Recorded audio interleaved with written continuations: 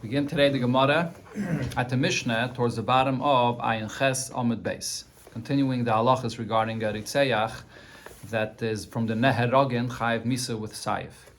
So the Mishnah Niskavin Larigis a Beheme V'Harigis a Adam. One that had an intention to kill an animal, but he ended up killing a person.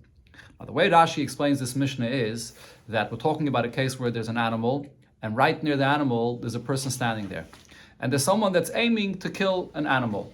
But now he gets a warning from Eidim that tell him that if you're going to aim to kill this animal, there's a person that's standing right there, and you might kill the person as well. And the person accepts the warning. The person says, yes, I know if I kill that person, I'll be chayiv misa, but I'm doing it anyways. All right, so it's not just stam an animal. He's accepting also a asra that the way he's aiming it may end up hitting him, and he'll be chayiv misa. That's one example. Now, another example, la'ovid kechavim, he's aiming to kill a guy, but v'haragas Yisrael. But he killed a yid that was standing right near him, and he got this warning. L'nefalim, he aimed to kill someone that's a nefel, which is not considered to be not a viable child, not someone that's alive that you chayiv misa for. V'haragas ben kayama, and he killed a live, healthy person. So in all these cases, potter. He'll be potter for what he did. So Rashi says, based on the shot that I just said from Rashi, why is he potter? He got the warning, and he accepted the warning, and he understood that the way he's aiming it could kill this yid, this person, because it's still called a hasra suffix. It's a warning where there's a suffix, there's a doubt to this hasra, because the person says to himself that it might not kill the yid, and therefore this hasra is not acceptable. That's Rashi's pshat in the Mishnah. However, other Rishonim, the Yad Ramah says that the pshat in the Mishnah is, as it seems, literally that it's just a behemah that he's aiming to, and he intended to kill the behemah, and it ended up killing someone else unintentionally. So he's potter because it's not what he intended to do. That's more the simple pshat of the Mishnah, but this is the way Rashi explains it. Now, another case, Niskaven. Niskaven la koisi al masnov. If the person's intention was to hit the person on his masnov, on his how do they translate on the what? Loins, yeah. And to hit him in one place in his body, on his loins. And that kind of a clap would not kill this person. Al masnov. If you just hit him there, it will not kill him. But instead, he aimed something at him, or he hit him, and he hit him on his heart. And that could kill this person. On his heart. Umeis, and he ended up dying. Potter. So in such a case, he's going to be potter because, again, this was not his intention. The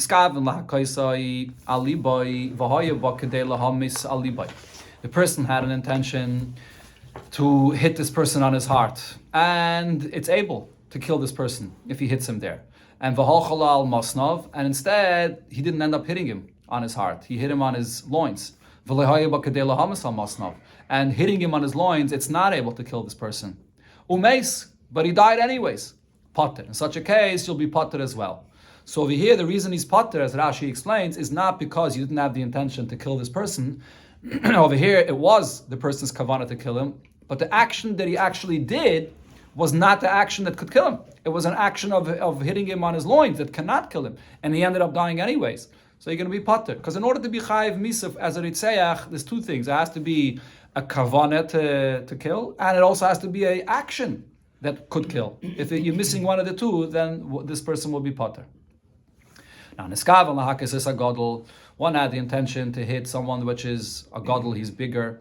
And this would not be able to kill this person.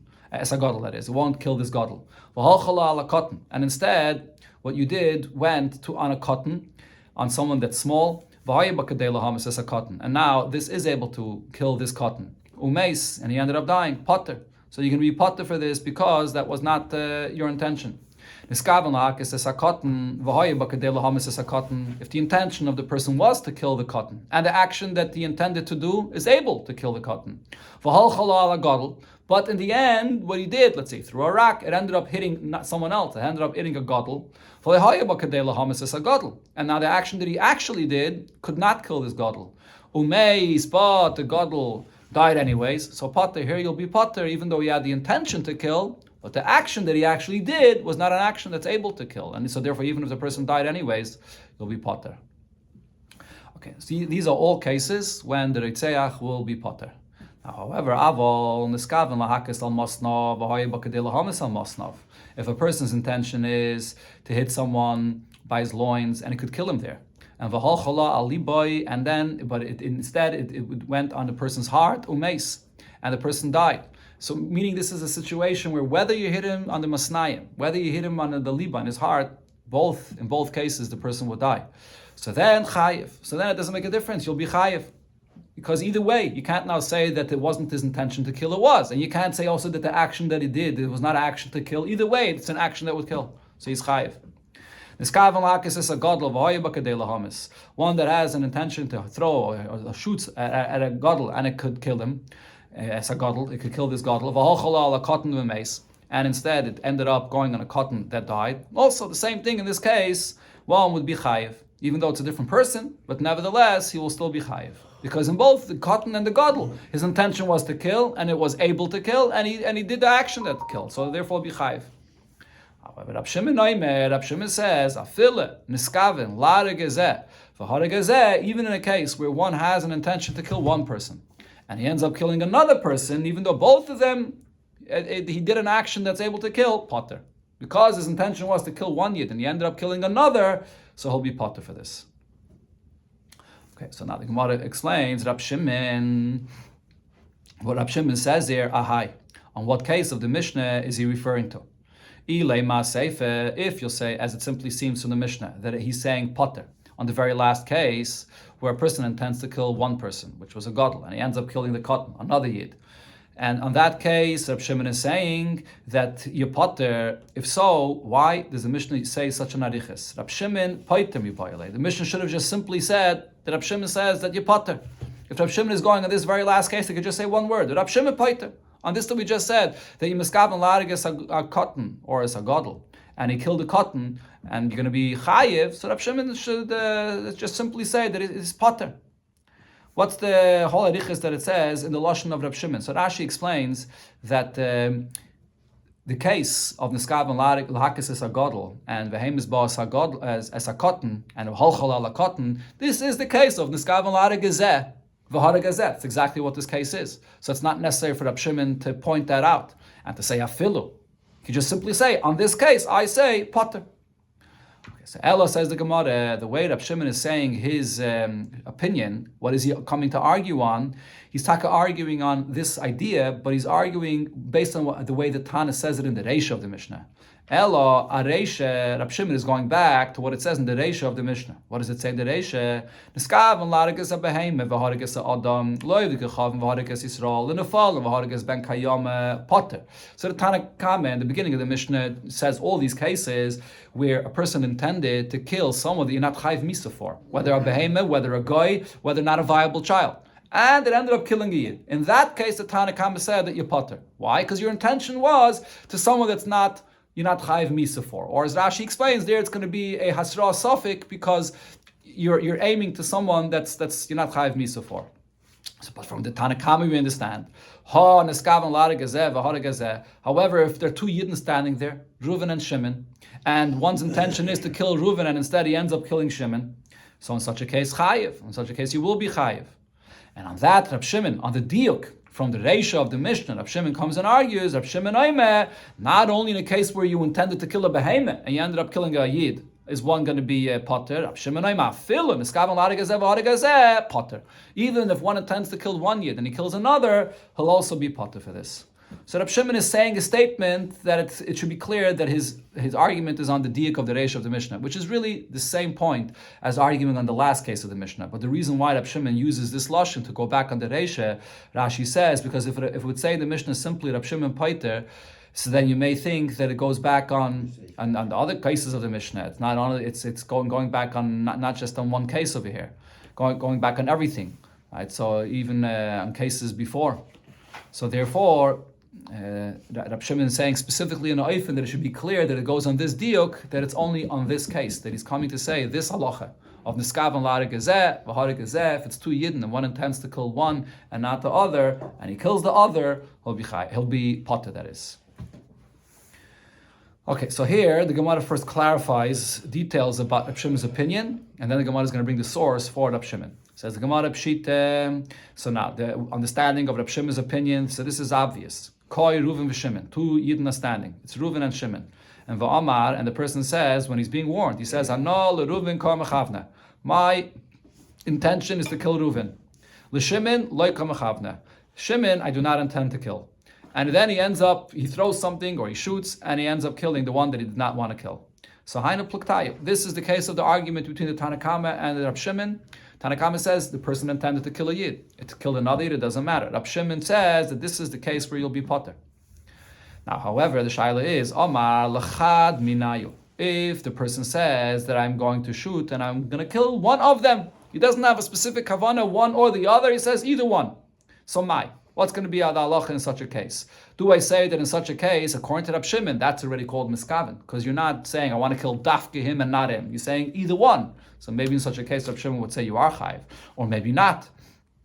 Maybe you have to have a specific kavanah to kill dafke this one person and not the other, and only then will you be chayiv. Inami, or another example where there's a shaila about what Rab Shimon's opinion is, Kasava Reuven v'nimtza Shimon. If there was just one person standing there, and this Reitzeach, he's under the impression that who's standing there, this body that he sees, he thinks it's Reuven, but it ends up being Shimon, and he killed him. So do I say, since he intended to kill that body, that person, that one person that was there, so Rab Shimon would be maida that he's going to be chayiv in such a case? Or maybe not. Since it's a different person, it turns out that it's not the person he wanted to kill, Rab Shimon would say that he's potter. So what does Rab Shimon hold in these two cases? Tashema, so the Gemara brings from a Braisa where it says that Tanya Rab Shimon says, Ad sheyoymad, you're only chayiv, the ritzech is chayiv, or he'll be potter, unless he says, Leploini ani miskaven, that my intention is to kill this specific person, and then he killed him.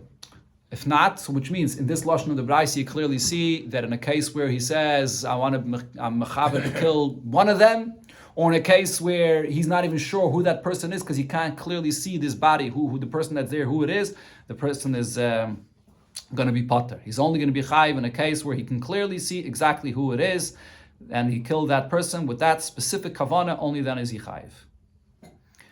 Okay, so now the Gemara asks, my time with Rab Shimon. What's the source of Rab Shimon's opinion? This is a unique thing that we don't find usually by other Avedas in the Torah, that you have to have this kind of specific kavanah. Only over here by Ritzeach, Rab Shimon is saying that it's not enough the fact that he intended clearly to kill a Yid, but it has to be a specific Yid, a specific kavanah of this Yid. What's the source for this? Amakros, the Gemara says, because Rab Shimon says, there's an extra pasuk. It says, V'orav loy v'kom olav. So in the pasuk there, it says, V'chi ish soyne l'reyel, he hates him. And then it adds, V'orav loy v'kom olav yikol nafesh v'meis. And then, so the question is, why does it say V'orav loy? That he aimed at him. That's extra.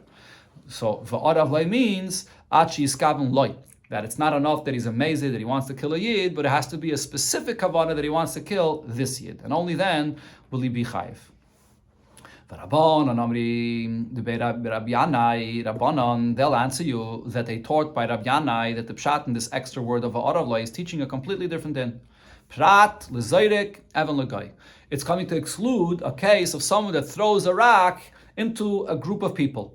And in such a case, the pasuk is saying because it's a group of people, so you're going to be potter. Now, what exactly is this case of this group of people that Rabbanon, or by Rabbi Yanai, they're dashing this pasuk?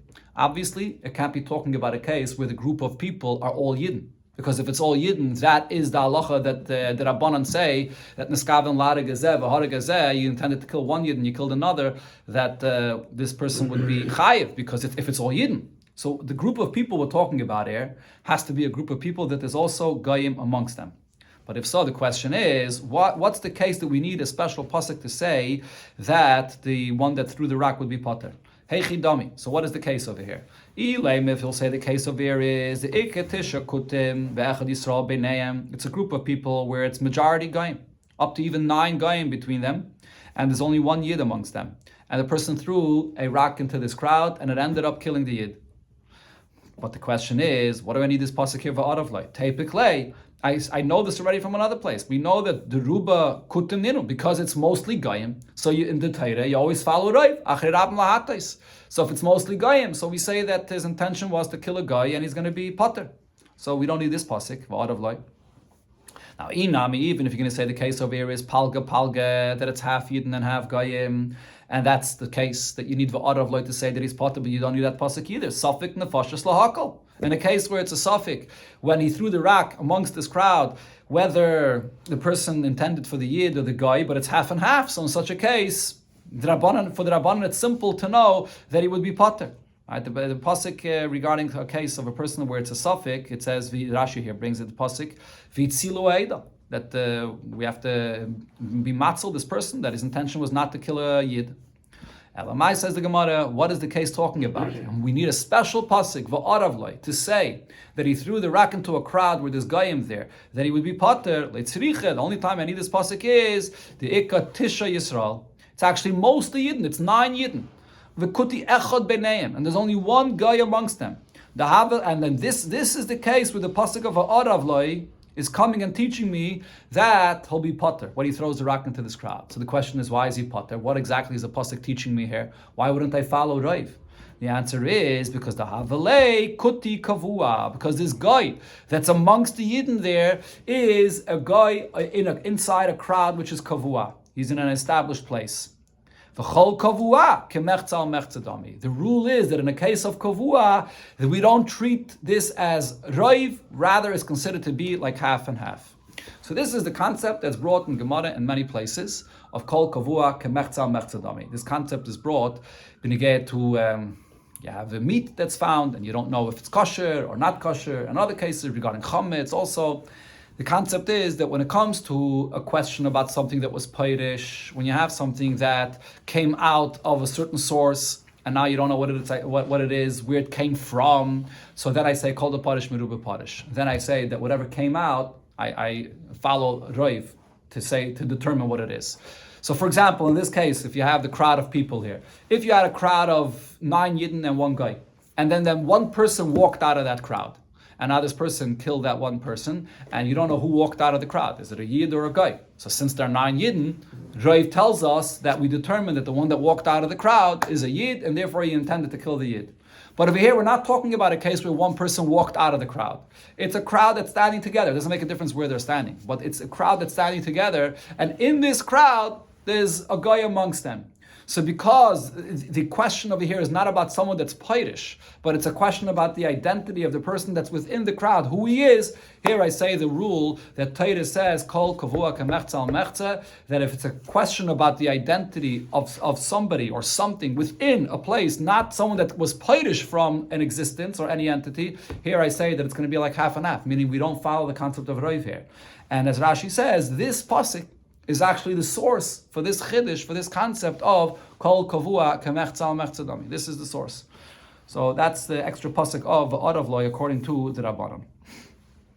Okay, this concept of kol kavua kemechtzal mechtzadami sounds like a gzeris akastiv without any logical explanation to it. Why would I consider, just because they're together in one place, why would I consider it to be like half and half and not follow the majority?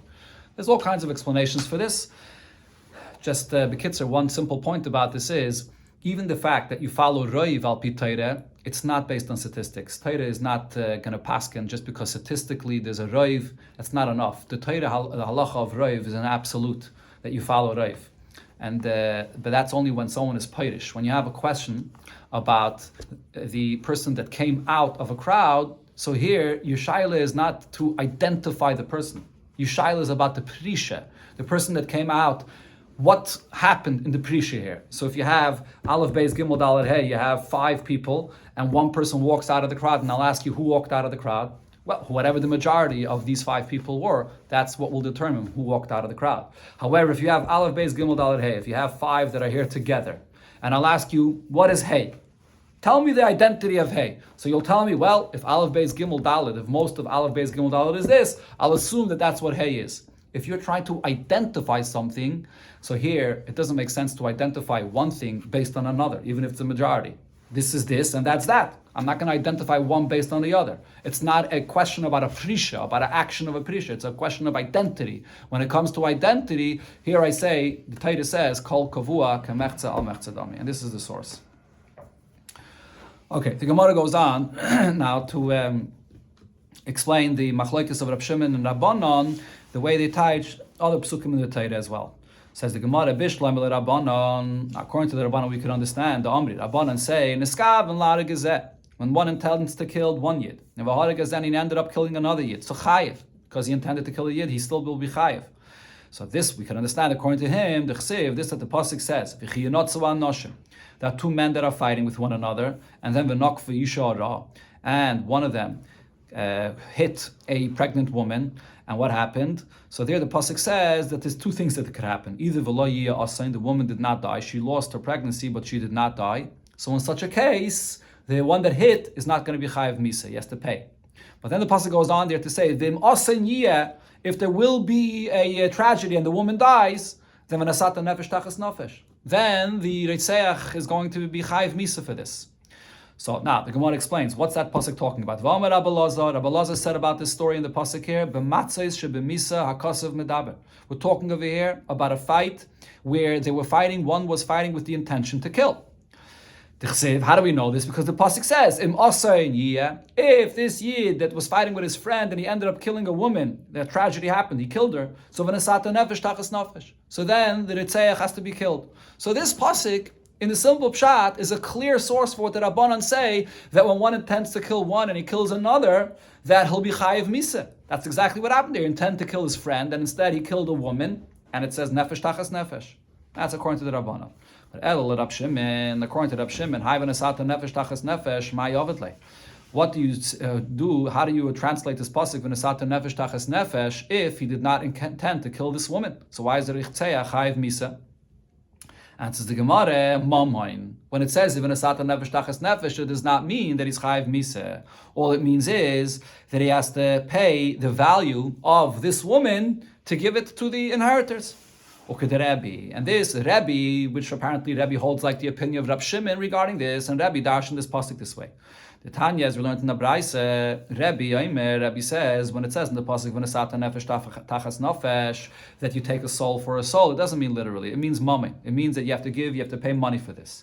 Ata oimer mammon, you say it means money. Nefesh mamish. Maybe it means literally that you have to take his life, that he's chayiv misa. So the answer is Nemra Nesina Lamatov and Nemra Nesina Lamaila. In this pasuk over there in the Psukim, it says twice the term Nesina. Before, when it says V'lo Asa, and if there was no tragedy, V'nosan B'flilim, that he has to pay. So just like over there, Mala Alon Mammon, just like when it says the first time, it refers to paying money for the loss of the pregnancy. Afkan Mammon. Here as well, when there was a tragedy and the woman was killed, then there is a payment of money. But not Misa. But why? Because it's Niskav and Lara Gezeh, V'hara Gezeh. It's not the one that he intended to kill. So this is the two ways of understanding this pasuk according to the Rabbanan and Rab Shimon. But now the Gemara actually brings that there's a third opinion about the subject. And here, as we'll see, according to this opinion, in a case of the Skav and Lara Gezeh, V'hara Gezeh, he'll be potter from Misa, and he'll actually be potter from Mammon as well. Omar Rave says, hi, the Tana de Bechizkiah, this that was taught by Chizkiah, Mafke med Rebbe or Mafke med Rabbanan. Excludes, or it does not agree, not with Rebbe, the way Rebbe explained the pasuk there, which is according to Rab Shimon, that you chayiv money and not misa, and it also does not follow the opinion of the Rabbanan that in such a case you would be chayiv misa. The Tana, the Bechizkiah, because we learned by Chizkiah as follows. The pasuk says, Makke Adam or Makke Behema. So in that pasuk it says, Makke Adam, Makke Behema Yishalmena, or Makke Adam, again, Makke Behema Yishalmena. When you damage someone's, you hit and kill someone's animal, you have to pay for the damage. And Makke Adam, you must. You kill another person, then you must. The chiyuv is misa. Okay, so now, but Chizkiah, they darshan, why does the pasuk put these two together in the same pasuk? It's written to compare them. And what's the comparison for?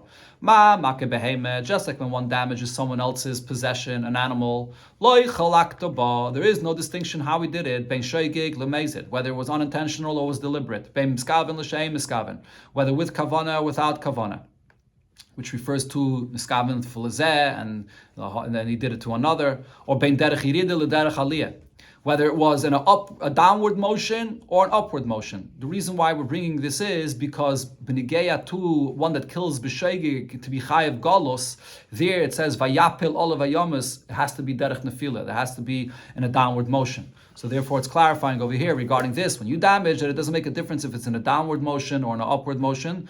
So in all these cases, we're not going to say that there'll be any exemption of him to pay. In all these cases, he's going to be chayiv. Right? This is the halacha b'negei to a person that damages, a adam hamazik, that he's always going to be chayiv, adam muad lo'ilam, which is learned out from Petza Tachas Potza, that a person is always going to be chayiv. So af make adam. So the fact that the Torah puts in the same pasuk the case of one that kills, why is it putting it over here to learn out this point that we don't make distinctions? Like tachlik boy, when one kills, we're not making any distinctions. Bein shoygig, whether it was unintentional or mazid, bein miskaven l'she'ei miskaven, whether it was with kavana or without kavana, bein derech yirida l'derech aliyah, in a downward motion or an upward motion. So in all these cases, there's no distinction. We're not going to say l'chayvim moment. There's going to be obligated to pay el l'poitrim moment. Rather, he's going to be potter of paying. And over here, the chiddush is that even this is kamle b'derab minei, that once he's chayiv misa, he's not chayiv to pay anymore. And even in cases where he's not actually getting misa, because it was a shaygig, but nevertheless, there's no distinction, and he's always going to be potter of paying. Okay, so now the Gemara clarifies, my she'ei miskaven, when it says over here that this includes even in a case where this was not his intention, and still he's going to be potter from paying. What is this referring to? Ilei mishe'ei miskaven klal.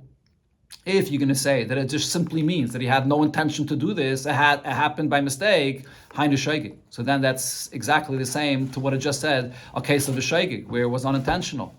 So that's obvious. What does it mean here when it says this? When it says by Chizkiah, this drasha of Ein Miskaven, She'ei Miskaven Lezeh, Ela Lezeh. The case that we're talking about in our sugya that Rav Shimon and Rabbanan argue about. When he wanted to kill a yid, but not this yid, he wanted to kill another yid. The katani, and what does it say here? That in all these cases, we're not going to say l'chayvay mammon, that you would be chayev el poitre mammon. Rather, he's going to be potter, because the halacha that applies over here of kamle b'derab minei, that he'll be potter of paying. Okay, so now the Gemara says, so we clearly see over here that by the Tana de Bechizkiah, in such a case, he's going to be potter of paying, and that's what the comparison Maka Adam and Maka Behemoth teaches me. Now the Gemara adds. Okay, so if he's potter of paying, but maybe they hold like the Rabbanon that say that he's actually going to be chayiv misa for this, and therefore he's potter from paying. Says the Gemara, no, but that can't be either. If he's actually chayiv misa, this pasuk here is not needed to come and teach me that he would be potter from paying. When you get a greater punishment of misa that you don't have to pay, there's another source for that already. You don't have to have this pasuk over here that teaches it. That's the source actually is from what it says, the psukim that we brought before. In a case where a person killed this woman and therefore he doesn't have to pay for the pregnancy, for the loss of the money over there. So over here, if they would hold like the Rabbanan, that he's actually chayiv misa, you wouldn't need this hekish, this pasuk to teach that he's potter from mammon. Therefore it's clear that by Chizkiah what they held is lav bakataluhu, that he's not actually chayiv misa, and v'lav bramamaynuhu. And yet the pasuk over here is coming and saying that just like by damaging someone's property there's no chilik between miskaven and she'ei miskaven, so too when one intends to kill one and he killed another, he's not going to actually be chayiv misa, but he still won't be chayiv mammon either for this kind of action. So here we see this is the third opinion, that in such a case you're not chayiv, not misa, not mammon.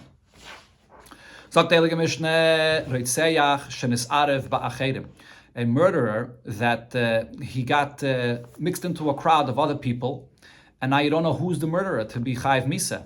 So kulam peturim. So they're all going to be potter because you don't know who he is. Rabbi Yehuda says, what do you do in such a case?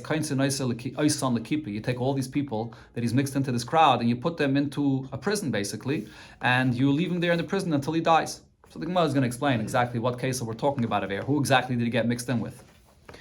All different chayavim misas. So you have the four categories of skilis, reifa, hereg, and chenek. They're different levels of chiyav misa. They're not all the same severe. And these are different people with different chiyav misas that got mixed in with one another. So which misa do we give them? Nidainin bekala. So because it's a suffix, we give them the lightest misa. So Haniskalin b'nisrafim. The Tanakama, this is the opinion of the Rabbana that we had earlier, the Masechta. So he says that if it's one that's chayiv skila, they got mixed in together with one that's chayiv sreifa, sreifa is the lighter misa, and therefore you get sreifa. However, Rab Shimon says, and he follows his opinion that was brought before, Nidainim b'skila, that skila is actually the lighter misa, and therefore they all get the punishment of skila. Shah sreifa chamura. Sreifa is more severe of a misa. The Chachamim, again, so just to clarify, the way you read this, let me just read this properly. Haniskala ben Nisrafim, if the ones that got mixed together is the Niskalan and the Nisrafim. Rab Shimon Nidainim b'sreifa. Rab Shimon says that you give sreifa, which is the more harsher punishment, and sha'askila chamura. Again, sorry, Nidainim b'sreifa, because skila is the harsher punishment and sreifa is the lighter one.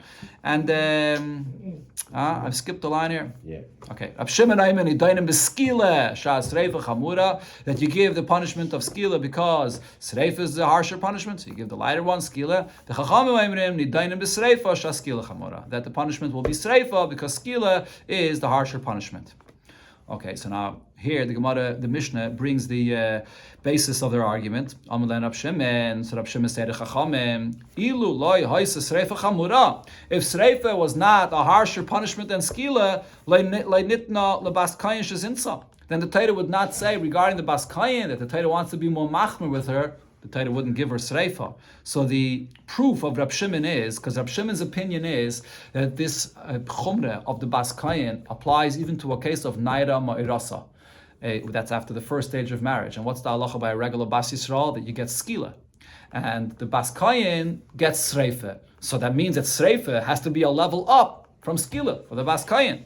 However, the Chachamim that disagree with this say there's no raya from there because a bas kayin only gets sreifa not by a naira ma'irasa, only by full marriage, a regular ishes ish, and there a bas Yisrael gets chenek, and therefore sreifa is a level up from chenek. So therefore there's no proof from this. We might already explained this earlier in the Masechta.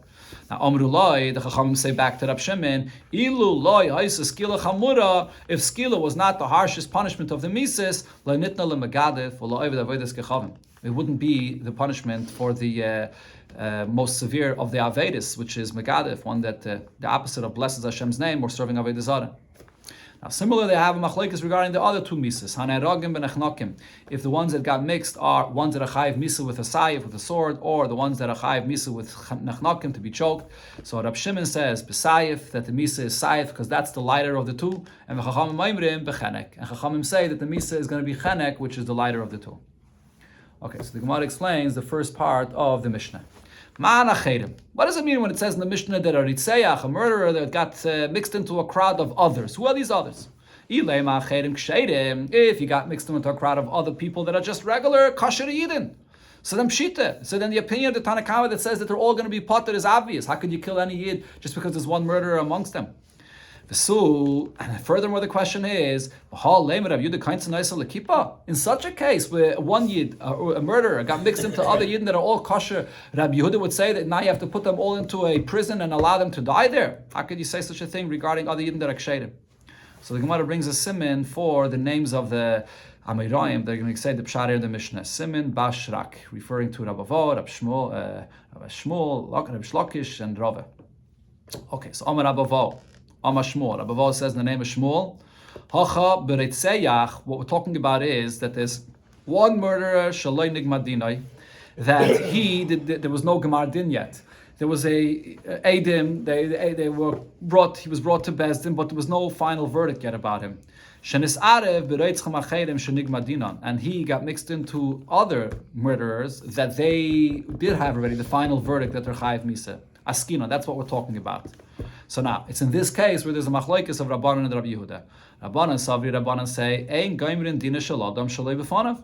You can't give a verdict on the psak for misa for a person if it's not in front of him.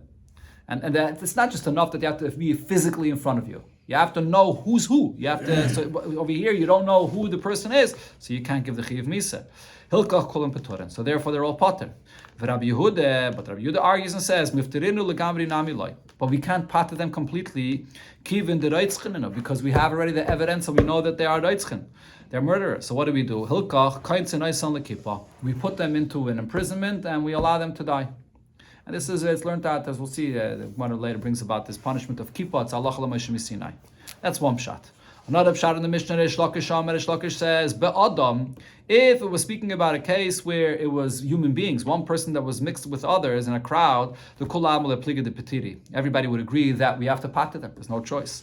Aval hacha here is talking about b'shoyer shaloi nigma dinai, similar by Adam, the asher that gores and kills. He's also chayiv skila. So we're talking about one ox that ran away and got mixed in b'shvarim acherim, in a crowd of other oxen. So there's one ox that's loy nigma dinai. So it's an ox that Gordon killed, but there was no final verdict yet, and it ran away and it got mixed in with other oxen that nigma dinai, where there was already a final verdict. Kamiflagi, here's where the argument is. Rabbanan say kemisas bailem kach misas tashar. We compare, as we learned already from the pasuk where it says gamba all of yumas, and that same pasuk where it says the misa of the shire, that the misa of the owner is this, and the misa of the shire is the same, and therefore the Gemara din of the ox as well has to be clear which ox that is right in front of you. Therefore they'll all be potter. However, Rabbi Yehuda says, true, you can't do a Gemara din, you can't give skila, but you can't just let them go off. You have to put them together in a kippah and allow them to die, because they really all were killed. It's just one had a Gemara din, one didn't, so you have to put them all into a kippah. Sure.